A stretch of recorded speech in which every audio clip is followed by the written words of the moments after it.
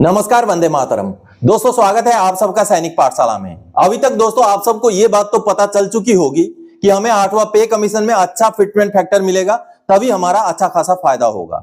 आगे जाकर के जो 8वां पे कमीशन का एरियर बनेगा वो तभी अच्छा खासा बनेगा जब अगर फिटमेंट फैक्टर अच्छा रहेगा तो ऐसे में जो फिटमेंट फैक्टर की अलग अलग संस्थाओं ने मांग की है, क्या ये तर्कसंगत है?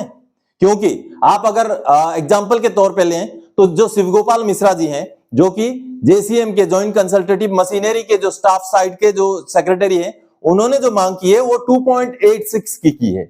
वहीं अगर हम all India NPS employees federation and national mission for old pension scheme के चेयरमैन डॉक्टर मंजीत सिंह पटेल की बात करें तो उन्होंने तो 3 पॉइंट से भी ज्यादा का फिटमेंट फैक्टर की मांग की है। तो ऐसे में क्या ये फिटमेंट फैक्टर तर्कसंगत है? क्योंकि हम जितना भी देख रहे हैं, चाहे मीडिया में देखें चाहे एक्सपर्ट्स की राय देखें, फिटमेंट फैक्टर 1.92 से 2.08 या 2.19 के आसपास जाते हुए ही दिख रहा है। तो ऐसे में जो मांग की जा रही है 2.86 हो या 3 पॉइंट से भी ज्यादा का फिटमेंट फैक्टर हो, क्या यह तर्कसंगत है? क्या यह फिटमेंट फैक्टर मिलना बिल्कुल संभव है?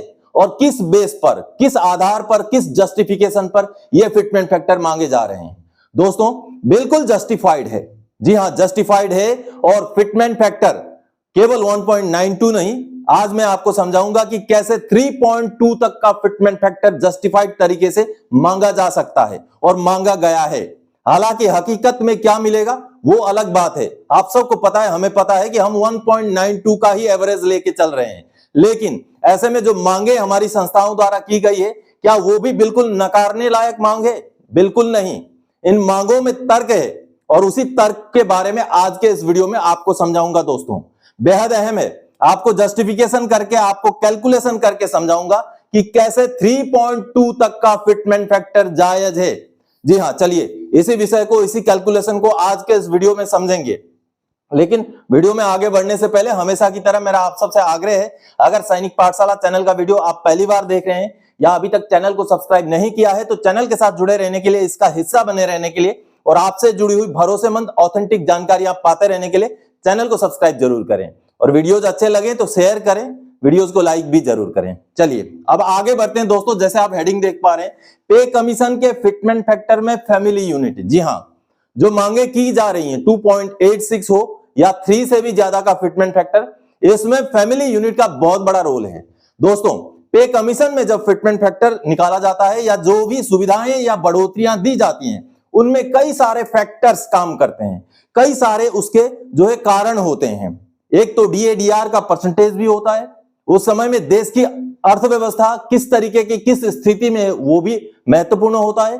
साथ ही साथ फैमिली यूनिट कितना लिया जाता है वो भी महत्वपूर्ण होता है। ऐसे बहुत सारे कारण होते हैं, बहुत सारे कंपोनेंट्स होते हैं जिनकी वजह से फिटमेंट फैक्टर या पे कमीशन में मिलने वाले जो बढ़ोतरियां हैं, जो सुविधाएं हैं, वो निर्भर करती हैं। तो ऐसे में आज बात करेंगे फिटमेंट फैक्टर की और बात करेंगे फैमिली यूनिट की। जी हां दोस्तों, जो मांग की जा रही है 2.86 का फिटमेंट फैक्टर या 3 से भी ज्यादा का फिटमेंट फैक्टर, वो कैसे जस्टिफाइड है, आगे आपको आज के इस वीडियो में समझने को मिलेगा बकायदा कैलकुलेशन के आधार पे। और आखिर में आपको अगर ये फैमिली यूनिट के हिसाब से कैलकुलेशन बैठ जाए तो आपका पेमेंट पेंशन कितना हो जाएगा उसका भी एक चार्ट आखिर में दिखाऊंगा, क्योंकि बहुत सारे पेंशनर्स फिर सवाल करेंगे कि आपने जो फिटमेंट फैक्टर समझाया उसमें हमारा पेंशन कितना हो जाएगा। तो आखिर में आपको वो चार्ट दिखाऊंगा, क्योंकि उस चार्ट को देखने में सभी लोग इंटरेस्टेड नहीं होते हैं, कुछ ही लोग इंटरेस्टेड होते हैं। तो आखिर में आपको चार्ट भी देखने को मिलेगा। चलिए अब आपको सबसे पहले तो मैं समझाऊंगा कि 7वें पे कमीशन में किस तरीके से फैमिली यूनिट लिया गया था और 8वें पे कमीशन के लिए कैसे फैमिली यूनिट को बदलने की मांग है। जी हां दोस्तों, सबसे पहले मैं आपको दिखाना चाहूंगा, ये सामने आप देखिए, ये राज्यसभा में भारत सरकार को पूछे गए सवाल का जवाब देते हुए भारत सरकार ने जो स्टाफ साइड की तरफ से भेजे हुए टीओआर के पॉइंट थे उनको सामने रखा था। और इसमें अगर आप देखेंगे तो एक अहम महत्वपूर्ण पॉइंट आपको यह भी देखने को मिलेगा कि स्टाफ साइड की तरफ से जो मांग भेजी गई है उसमें फैमिली यूनिट को बदलने की भी मांग की गई है। जी हां, 7वें पे कमीशन में फैमिली यूनिट 3 लिया गया था, जो अब 8वें पे कमीशन में 3.6 लिया जाए। और उसमें बकायदा लेबर जो मिनिस्ट्री है उनका एक सर्वे का भी यहां पर रेफरेंस दिया गया है। आप अगर देखेंगे तो बिल्कुल जस्टिफाइड तरीके से 3 से बढ़ाकर 3.6 यूनिट लिया जाने की जो है मांग की गई है। और यह मांग है दोस्तों एनसीजेसीएम की, जो नेशनल काउंसिल, जो जॉइंट कंसल्टेटिव मशीनरी की स्टाफ साइड है, उनकी तरफ से ये मांग सरकार को भेजी गई थी। इसके साथ ही साथ अगर हम बात करें all India NPS employees federation and national mission for all pension scheme के चेयरमैन डॉक्टर मंजीत सिंह पटेल की, तो ये सामने आप देखिए डेली जागरण में ये खबर सामने आई है कि उन्होंने भी जो फैमिली यूनिट है उसको बढ़ाने की वकालत की है और उन्होंने कहा है कि फैमिली यूनिट को 3 से बढ़ा करके 5 कर दिया जाए। जी हां, उन्होंने तो ना सिर्फ 3.6 बल्कि 5 तक का फैमिली यूनिट बढ़ाने की मांग की है। तो ऐसे में अब ये फैमिली यूनिट बढ़ाने की मांग क्यों हो रही है, ये अहम है दोस्तों, क्योंकि इसको अगर समझेंगे तभी जाकर के फिटमेंट फैक्टर जो मांगा गया है 2.86 या 3 से ज्यादा का फिटमेंट फैक्टर, उसका कैलकुलेशन समझ में आएगा।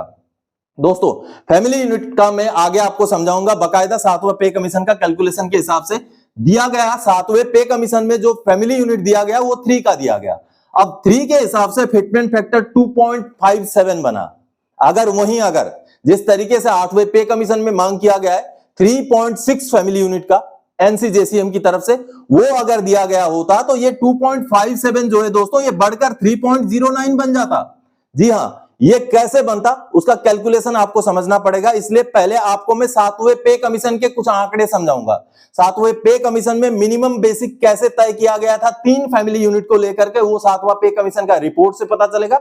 आगे उसका कैलकुलेशन भी है, उसको देखते हैं। चलिए दोस्तों, 7वां पे कमीशन का रिकमेंडेशन का रिपोर्ट का एक हिस्सा आपको दिखा रहा हूं, जो कि एनेक्जर है, चैप्टर 4.2 का एनेक्जर है। और इस एनेक्जर में जो मिनिमम बेसिक निकाला गया था 1 जनवरी 2016 से लागू करने के लिए, उसका कैलकुलेशन किस तरीके से किया गया था आप देख पा रहे हैं।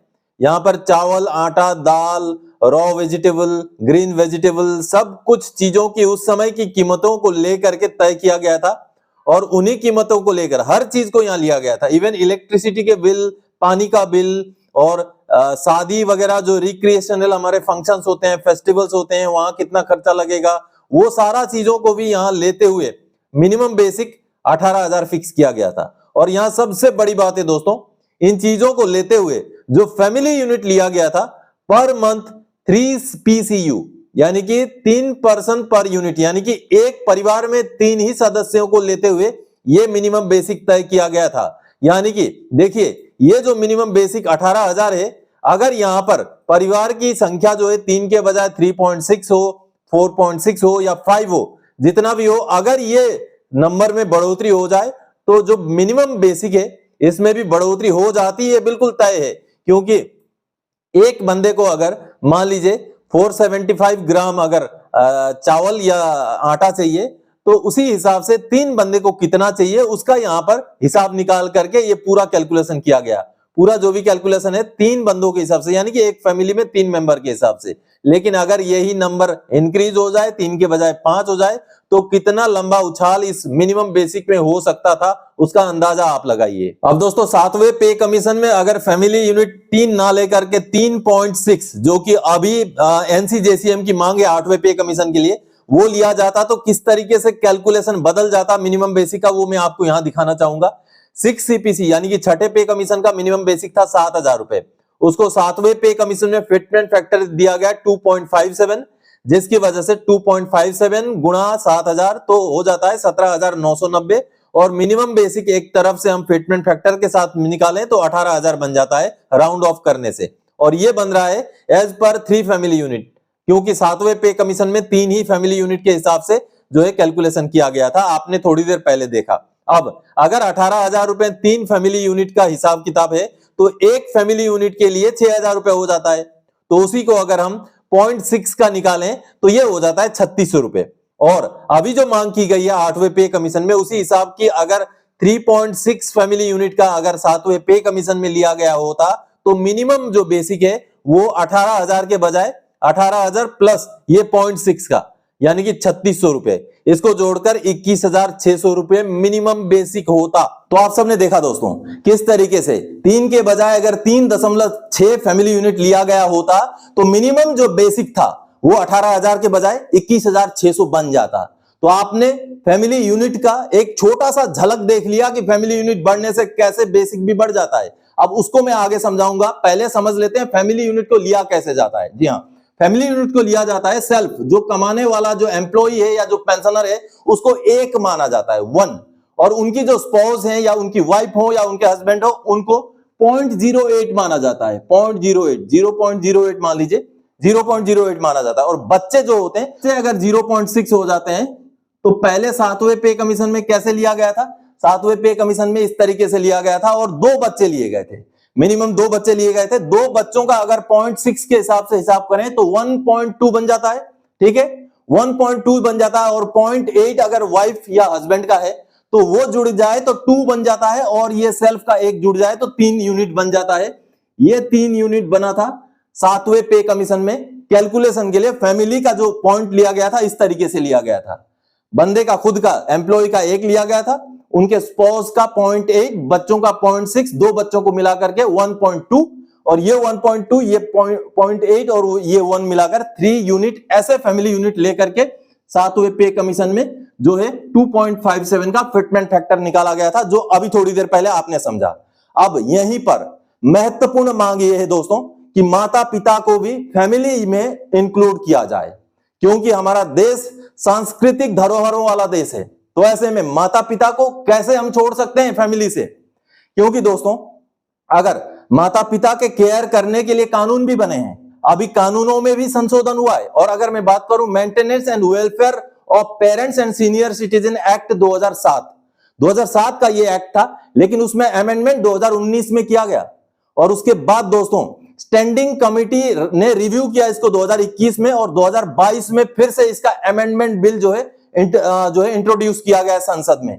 यानी कि कहने का मतलब है जो सीनियर सिटीजन है, जो पेरेंट्स हैं, उनको भी केयर किया जाए। ऐसे कानून जब सरकार बना रही है, ऐसे कानूनों का प्रावधान जब रखा जा रहा है, तो ऐसे में क्यों ना फैमिली यूनिट में पे कमीशन लागू करते समय माता पिता को लिया जाए, क्योंकि बहुत सारे ज्यादातर परिवारों में ऐसा है कि माता पिता बच्चों पर ही निर्भर हैं। हो सकता है कम परिवारों में ऐसा होगा कि जो माता पिता जो है खुद कमाने वाले या कुछ पेंशनर्स होंगे, ऐसा होगा, लेकिन ज्यादातर कर्मचारियों या पेंशनर्स का हम देखें तो उनके माता पिता उन्हीं के ऊपर निर्भर हैं। तो ऐसे में क्यों ना माता पिता को लिया जाए, यह एक अहम मांग है। तो ये मांग अगर कंसिडर हो जाए, और कंसिडर करना चाहिए सरकार ने, क्योंकि ये मांग कंसिडर हो जाए और माता पिता को भी अगर हम 0.8 में ही लें तो माता और पिता का मिलाकर 1.6 हो जाता है दोस्तों। जी हां, आपने देखा अभी अगर 1.6 हो जाए तो अब ये कहां पहुंचेगा, आप सोच के देखिए। सबसे पहले तो फैमिली यूनिट 1 में मैं लेता हूं 3.6, वो आंकड़ा जो एनसीजेसीएम ने मांग किया है सरकार से 8वें पे कमीशन के लिए। अब दूसरा मैं लेता हूं ये वाला आंकड़ा, ये 3 और ये 1.6 लगा करके 4.6 का आंकड़ा। जी हां, 1.6 जब 3 पॉइंट में जोड़ते हैं तो 4.6 का ये निकल जाता है जो है फैमिली यूनिट। और वहीं अगर जो all Indian NPS employees federation and national mission for old pension scheme के चेयरमैन डॉक्टर मंजीत सिंह पटेल की बात करें तो उन्होंने 5 फैमिली यूनिट की मांग की है। तो तीसरा हम लेते हैं 5 फैमिली यूनिट को। अब चलिए इसके हिसाब से आगे आपको कैलकुलेशन समझाता हूं कि कैसे बढ़ोतरी होगी फिटमेंट फैक्टर में, कैसे हमें बढ़ोतरी मिलेगी। सबसे पहले मिनिमम बेसिक दोस्तों 7वें पे कमीशन में 18,000 है। अब इसमें जो हमारा आपका जो एक अंदाजा है उसमें अगर 1.92 अगर हम लगा दें तो मिनिमम बेसिक कितना बनेगा, वो मिनिमम बेसिक पे बन जाएगा 34,560, 34,560 बन जाएगा 560। अब देखिए 34,560 बनेगा 18,000 रुपए, तब जब फिटमेंट फैक्टर 1.92 होगा। अब आगे समझाता हूं दोस्तों कि फैमिली यूनिट का कैसे असर होता है। तो ये जो आंकड़ा बना है दोस्तों, ये आंकड़ा बना है फैमिली में 3 यूनिट लेकर के बना है और फिटमेंट फैक्टर 1.92 को लेके बना है। तो अगर इसको हम एक आंकड़े में कन्वर्ट करें, 34,560 रुपए अगर 3 फैमिली यूनिट की वजह से बना है तो एक का अमाउंट कितना बनता है 11,520, क्योंकि इसको हम भाग करेंगे 3 से तो 11,520 रुपए बन जाता है एक फैमिली यूनिट का। तो इसी हिसाब से आपने देखा एक यूनिट मैंने लिया 3.6, तो 3.6 यूनिट को हम अगर इसके साथ गुणा कर देते हैं तो वो कितना बनेगा दोस्तों, ये बन जाएगा 41,580 रुपए, 41,580 रुपए। जी हां, 41,580 रुपए। अब इसको हम 18,000 से भाग कर देते हैं, 18,000 से जैसे भाग करेंगे इसका फिटमेंट फैक्टर निकल जाएगा और फिटमेंट फैक्टर बन रहा है 2.31। जी हाँ, ये देखिए अगर 3 के बजाय 3.6 फैमिली यूनिट लिया जाए तो जो फिटमेंट फैक्टर बनता है 1.92 के बजाय 2.31 बन रहा है।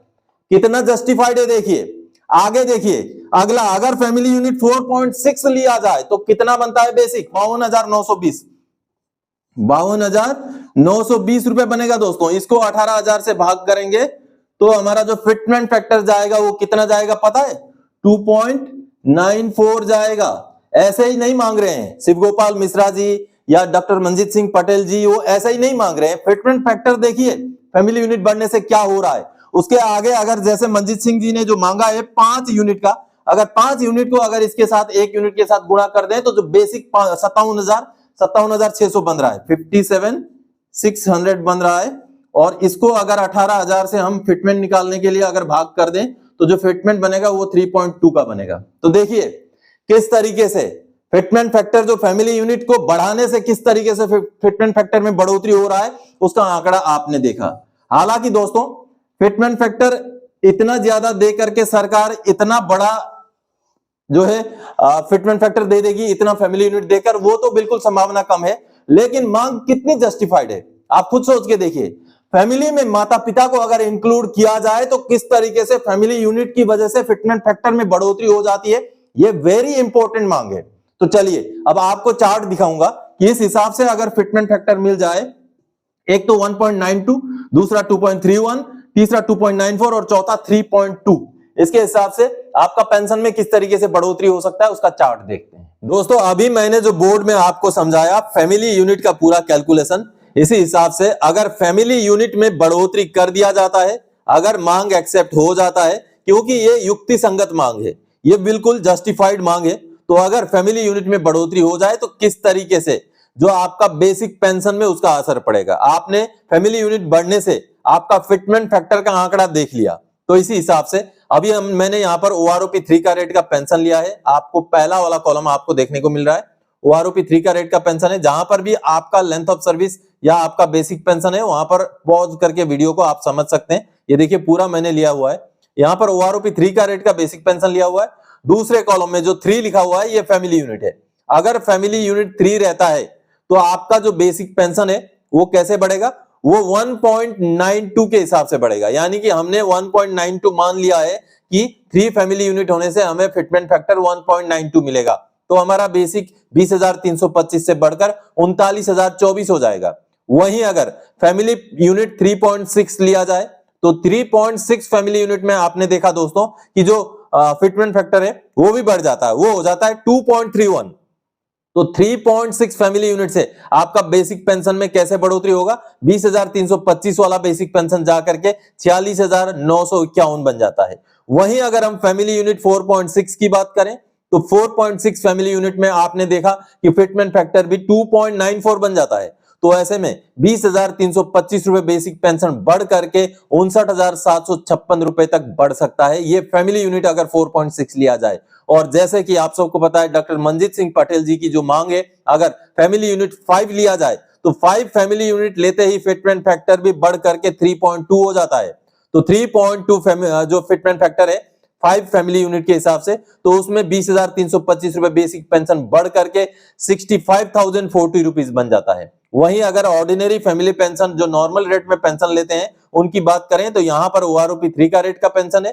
फिर 3 फैमिली यूनिट लेने से किस तरीके से 1.92 फिटमेंट बनेगा और उसके हिसाब से पेंशन कितना बनेगा, ये कॉलम है। उसके आगे 3.6 फैमिली यूनिट लेने से कैसे 2.31 फिटमेंट फैक्टर बन जाता है और पेंशन में कितने की बढ़ोतरी होगी, कितना हो जाएगा पेंशन, वो ये कॉलम आप देख पा रहे हैं। आगे 4.6 अगर फैमिली यूनिट हो तो फिटमेंट फैक्टर बन जाता है 2.94, तो 2.94 फिटमेंट फैक्टर में ये बन जाएगा पेंशन।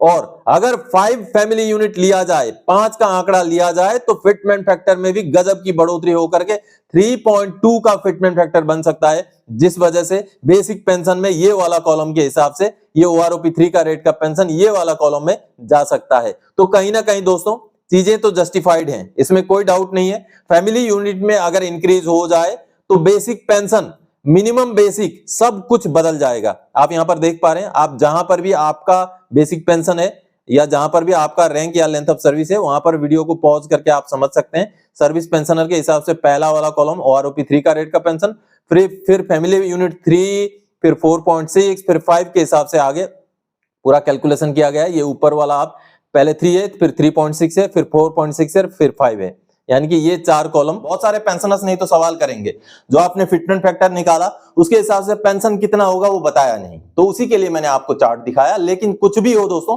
फैमिली यूनिट का बढ़ोतरी होना बेहद महत्वपूर्ण है। इससे हमारा फिटमेंट फैक्टर में अच्छा खासा बढ़ोतरी मिलेगा, जो अभी आपने पूरा कैलकुलेशन समझा। तो दोस्तों आज के इस वीडियो में इसी कैलकुलेशन को समझाने के लिए आया था। आगे और कोई जानकारी दायक आपसे सरोकार रखने वाला विषय लेके मैं फिर से हाजिर हो जाऊंगा। तब तक के लिए जय हिंद दोस्तों।